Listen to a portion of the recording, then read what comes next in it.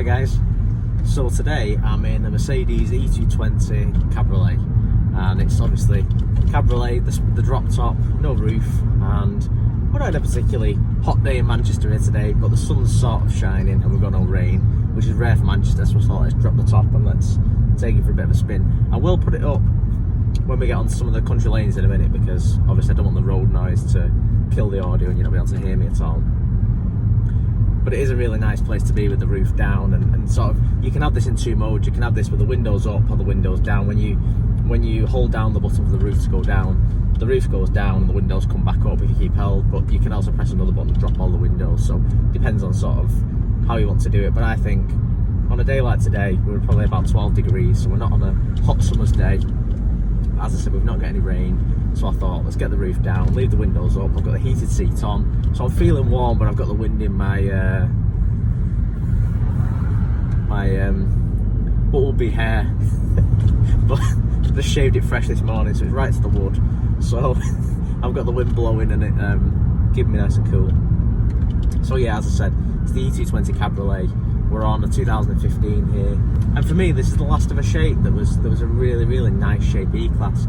I had a 2015 E Class Saloon myself, and I'm just going to pull over and stick that roof up, because I don't want to kill the audio too much. I want to be able to talk to you. So let's just.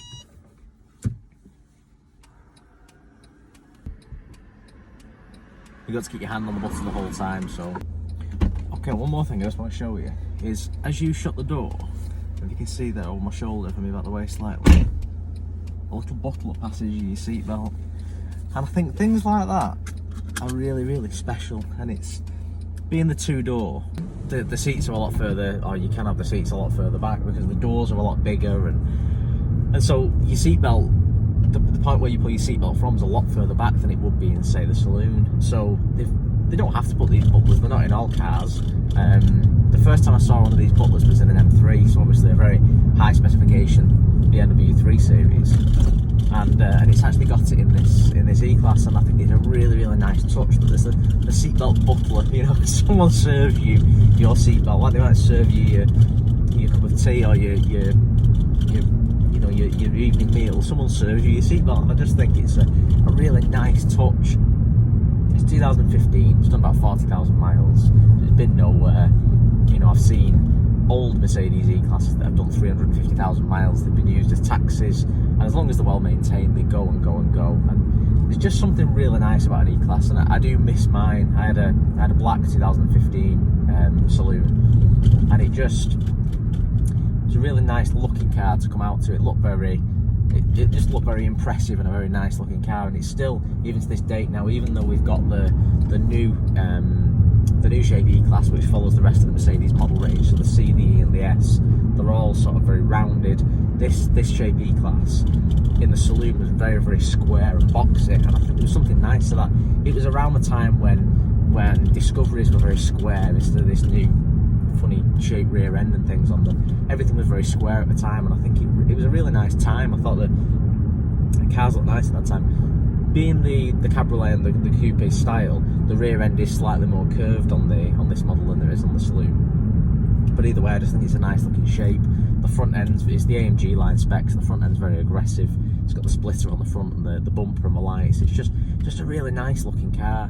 This is an iridium silver, which is a nice Mercedes colour they do. It's not your standard sort of silver paintwork you'd expect to get on a Corsa or something like that. It's a really nice silver that they offer, and I just think it's a whole package. And I think the new ones now, I do like the new E-Classes. There's nothing wrong with them, and the interior on these is a little more dated now, but the interior on the new ones is really flash with the two massive widescreen digital cockpits, and you know the mood lighting inside, the ambient lighting packages that they've got with sort of 100 and something colours. They're an impressive place to be inside the new E-Class. But the other thing I would say with them is that the new C, E and S are all very much of a muchness. You can look at them and think, which one is that? You know, if say they're all an AMG Line specification, you look at them, and between the C and the E and the E and the S, there is a big size difference, but to look at them on the road as one goes past you, I don't think there's a big enough distinction between them, and they just sort of all blend into one Mercedes package. And mean, even the A Class now has had the interior revised. It's still different, but it's got the big digital cockpit. So they've tried to make everything the same. And BMW have done the same. You know, if you looked at a 3 Series and a 4 Series, short of the fins on the side of it, would you know the difference? A 3 and a 5 Series, they're very similar, and the sort of the 7 Series even seems to have shrunk a bit. Or the 5 Series has got a bit bigger and everything. So they're just all sort of becoming one. And you know, the likes of Mercedes have got now the A Class, which was always a hatchback, and they've now done a saloon of it, which looks a little bit like a C Class. And then Audi have done the A3 saloon, which looks quite like the A4. And I don't really see the purpose of that A3 saloon and the A Class saloon. It's sort of, I think it's a bit of a wasted model. But they seem to want to have something for every occasion, and I don't know. I can't imagine them running too long. I imagine it's going to be a little bit like the CLC coupe that they did for a while. It's sort of just disappeared off the face of the earth, and I think that'll be the same with this. And I think, but when we went back to this generation, the C Class, the E Class and the S Class were all very distinct and very different cars. And that's what I like about this car. It is very different. You know straight away, as soon as you're looking from the outside or the inside, you're in an E Class. And the thing that I love most about the E Class of this era is that clock in the middle of the dashboard. And this is a facelift on a 15. So this ran from, I think, 2010, this model year. And on the 2010, the space in between the two vents in the centre didn't have that clock. When it was facelifted in 2015, it got that nice clock in the middle, and it's something that I remember when I had my E Class, everyone used to get in and comment and say, that's nice, isn't it? That's a nice little touch in the middle of the dash. There was one person who I remember got in the car and he said, I love this car. He said, but I don't like that clock. And he's the only person who's ever made that comment. Everyone else has got in and said the best feature about the car is that clock in the middle.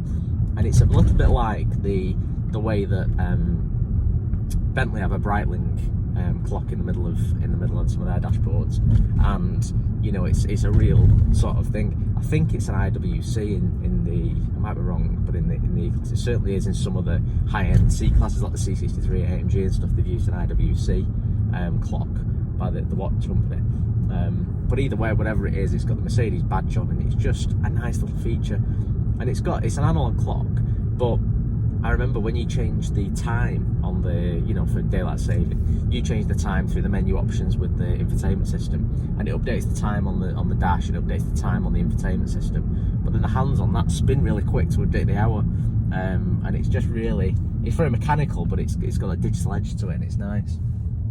I think the seats in this thing are really, really comfortable. Arguably a lot nicer and more comfortable than the ones in the saloon. The saloon, they were nice seats, they were very big seats, they were very big square chunky seats, which was nice and they're very, very comfortable. There's no getting away from that. But these things are more, they sort of fit round you and hug you, and the headrest comes down into it. It's a different driving position. You're a bit more reclined in this sort of seat, and it's just different, I suppose. In the back of this, you've got 2 seats. You don't have 3 like you have in the saloon. So this is a bit like what you've got in things like the CLS, which is the E Class with a different skirt on it. Really, it's a different package on the outside, but for all intents and purposes, it's an E Class. But the CLS is a 2-door and it's a coupe, and that's the same. It's 2 doors and 2 seats in the back, and with the 2 seats in the back, it allows for more room at the side, and it gives the centre bits taken up by a little cubby hole. And when you open it up, you've got 2 drinks holders there. So they've just done things a little differently. You've got rear opening windows, which is nice because you can have them back for your rear passengers, and obviously the whole lot can drop if you want to when you've got the roof down. It really is turning into a nice day here in Manchester today. We've got the sun shining. It's the only thing with a cabriolet that you sort of miss, I suppose, is if you do want the, you know, say for example it's a sunny day and it's raining, or it's a sunny day but it's a bit cold and you think, no, I don't want the roof down. You've not got the option of having like a nice glass pan roof or a sunroof or something like that. So that's the sort of the trade-off with it. But I mean, I suppose the fact that you can throw the roof down and the wind in your bald head is is a nice thing regardless. So I suppose the trade-off's worth it. The boot space on these things isn't massive. you've got two storage compartments either side that are netted, which are great because for small items thrown in the boot that you don't want rolling about, they're great. Normally a nice big boot, you throw everything in and it rolls everywhere, so they're great. And they have the E Class has an anchor point as well that pulls down from the top of the boot so that you can hang a couple of bags on if you've been shopping or something like that. The boot on the E Class itself is massive. It's a huge boot. It really is a big boot. But on this, whilst it goes back quite far, as you open the boot, the sort of where the lid covers has got the height, but the rest of it hasn't got the height because obviously it's where the roof folds into. So again, it's sort of a trade-off. I think normally if you've got a little sports car with a fold-down roof, you've just got no boot whatsoever. But at least with this being an E-Class, it's a nice big car. You have still got boot space, and you've got that shallow boot going further back as well. So you've not lost everything, but you've also got the roof that folds down. So it really is a good package. I like the clocks in this car as well. The clocks are the sort of silver clocks. They're all analog. You've got a digital sensor that's got what gear you're in and whether you're in drive, neutral, park or reverse. And it's also got a digital readout on the speedo and the sensor. But apart from that, everything's analog. And again, it matches with that analog clock in the centre of the centre console. And it's just something. It's not retro at all. It's not vintage. It doesn't look like an old car. There's nothing about it that you would say that. And I think this now is 5 years old, and I'd happily drive this all day, every day. I'm not sort of thinking it's a bit dated now compared to the new E-Class. It is a bit dated compared to the new E-Class, and if you look at all the technology and all the screens and everything in the new one, yeah, but there's something still very nice about this, and something that says, this is a nice car to be in, and something that I want to be able to drive. And as you drive past it, as you pull up, it looks an impressive car. It doesn't look impressive like an old Porsche. It looks impressive like a decent new Mercedes-Benz. And they sang the song, didn't they, about, oh Lord, won't you buy me a Mercedes-Benz? Because everyone wants a Mercedes. Everyone likes a Mercedes. They're not just, I think you're either a BMW fan, an Audi fan, or a Mercedes fan, in my opinion. I mean, I'm not saying you can't like all three, and I'm not saying that, you've got to like one of them. But in my opinion, I've got a friend of mine who loves BMWs. He's had Mercedes and he's had Audis, and he keeps going back to BMWs and has a lot of BMWs. I've never been a massive fan of Audis particularly. I think they've got the place and they're a nice car, but I just think the thing that irks me with Audis, I think, is a little bit that you've got to pay for everything. Every option is a paid for option. So, and aside from that, I think they're a nice car. They're a really nice car on the outside. I'm not as big a fan of the inside. The thing with BMWs, they're a driver's car. They're a stunning car to be in and drive along in and really comfortable. And BMW have thought of everything. So they've thought of, for example, the orange backlit clocks, which look a bit 80s, and why they've not updated it. There's a good reason why they've not updated it, and the reason why they've not updated it is that whilst it looks the same orange it's always been, they're on something like the 72nd iteration of that colour of orange, and they keep optimising it and tweaking it. And the idea is to reduce the glare on your eyes at night time while you're driving along. And when I found that out, I was like, I've got a lot of respect for that. And I think whilst it just appears to be this, and I think they should promote that more and explain that more, because when you realise that they go into that level of detail for the driver, not about the car, not about the looks, but for the driver, and making sure that everything is just right, I think you sort of get a bit of a newfound respect for BMW. And they're a really nice car inside, but I just think they're very simple. Whereas the outside of the BMW, I think, is stunning for that money and for that class of car. I think the BMW outside is just award-winning. It's just stunning. It's a really, really nice thing to look at. You look at a brand new 3 Series or a brand new 4 Series or the new X5 is just what presence that vehicle has. But I think for me, the one that wins the class, the one that's the best is the Mercedes. And I've had so many Mercedes over the years, and I've just got this sort of affinity and love for them, really. And I think they really are a nice place to be. They've got, the other thing that I like with Mercedes is that the level of spec that you get. I remember buying, I think it was an A Class. I think it was a 2013 A Class. Which was maybe a year old at the time when I bought it. and it was an A180, and it was what did they call it? It wasn't AMG Line at the time, it was something else.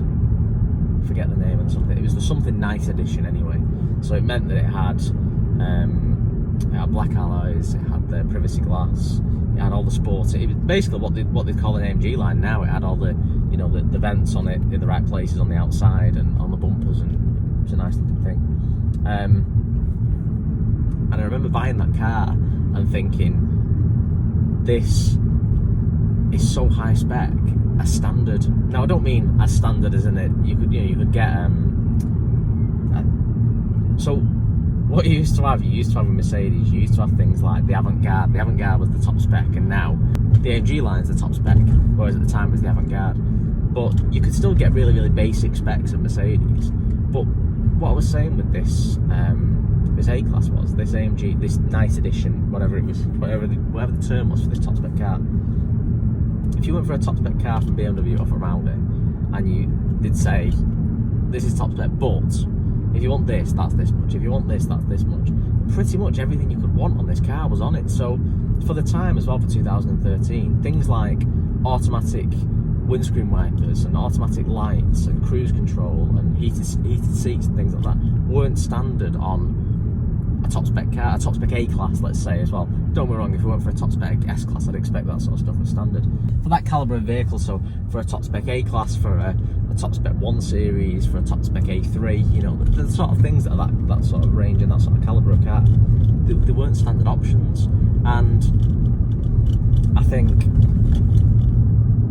when I got into it, I said to the salesman, I said, is this all standard kit? Do you get all this with it? And he says, oh yeah, we put everything on it. And I was like, okay, that's, because you're not talking an extra $5,000 if you want this, and the quality of the carpets and the mats and just everything about it was done well, and you got inside and you got excited and you thought, yeah, this is a nice place to be. I mean, the A Class had the suede in the middle and the sort of Artico leather around the outside of on the side of the suede, and the seats were very similar to this in respect of being bucket seats really and comfy. But I remember when I moved to the E Class and I thought, we've really gone up a gear here now, and this was a very luxurious vehicle, and it's a nice size, and this car's got, as I said, we've got obviously the drop top, we've got the heated seats, we've got cruise control, we've got sat nav, we've got Bluetooth audio, we've got Bluetooth telephone prep.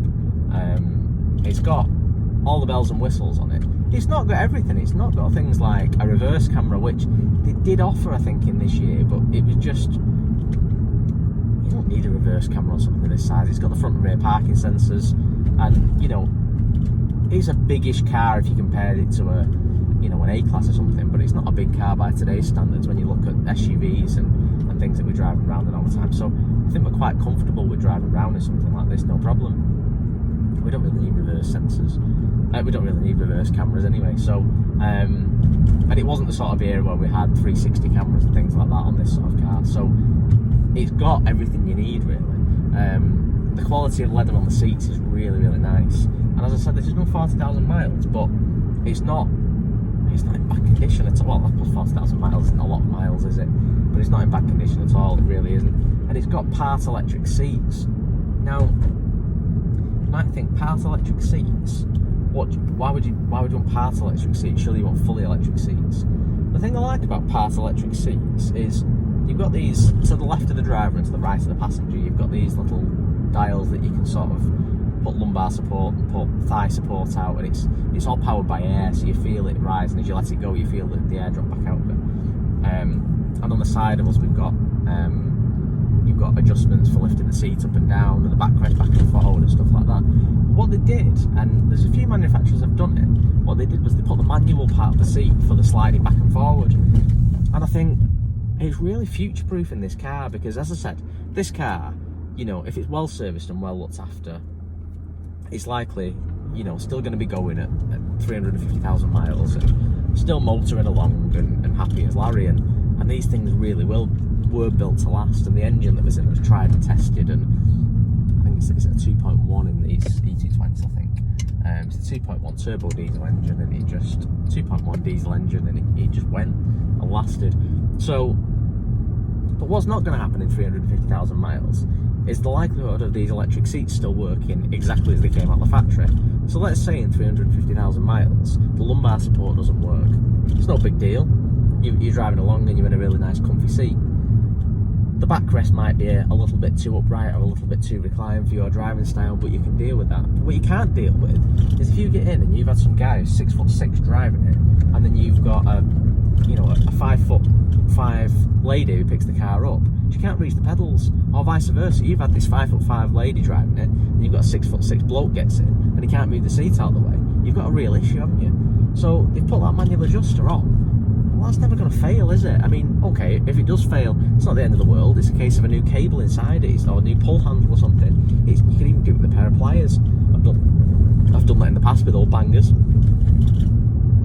So you're not worried, whereas you think everything's electric and all's great when it's brand new and it's in its 3-year warranty, but once it goes out of that and it starts to fail and things go wrong, then what do you do? How do you move your seat? So I just think, what a clever... It wouldn't have cost them anything to make that back and forward electric, because they've already made the back electronic, they've made the lumbar support, they've put all these electrics and airbags and things in it to make this seat a comfortable place to sit and be. So to make the seat electric going back and forward is nothing, but it's been well thought out in my eyes. It's been thought out to the fact that in the future this could go wrong, and if it does, how's someone going to be able to drive the car safely? And I think that's important, really. I mean, Mercedes, again, you know, they're quite leaders with regards to safety anyway. So obviously we've got airbags all around it and side impact protection and all that sort of stuff. But, and I know this is quite common on modern cars now anyway, but it's got the collision prevention system on this as well. So I think for its time 5 years ago, it was quite a good feature to put as standard on a car. So if a car in front starts to slow down quickly and you're not reacting to it, it starts to beep at you, very alarmingly beeps at you and flashes on the dashboard to say there's something in front of you that you're going to hit any second. And if you don't intervene, it actually jumps on the brakes for you. And it's quite frightening when it first does it, if you've never experienced that. Because you're going along and all of a sudden you come careering to a halt and you think, and it can be a little annoying because it can get things wrong, but computers can always get things wrong, and I'd rather get it wrong than not get it wrong. And I'd rather it sort of give false positives than not react when you want it to. So for example, the time when I see that it does it wrong is when you're driving along and a car in front's turning, and they're turning into a side road, and you can see that clearly, and you're going along at a sensible speed and you think they're going to be out of the way in that time, but the car doesn't know that, and it starts to beep and starts to bring the brakes in when you don't need that. So it can be a little annoying with that. But aside from that, it's a fantastic feature, and it'll really save people's lives, it'll save collisions, it'll save insurance claims, it'll save everything that goes along with that. So I really do think it's a nice feature. So we'll leave that there for today. I hope you've enjoyed this video. I love a Mercedes E-Class, I love a Mercedes, so it's been a really enjoyable video for me to do. The sun's started to go in now in sunny Manchester, but we've not got any rain yet. Looks like we are going to get some rain later today. If you have enjoyed the video, please do give it a like. Please subscribe to the channel if you're not already, and I will see you all very soon. Thanks a lot.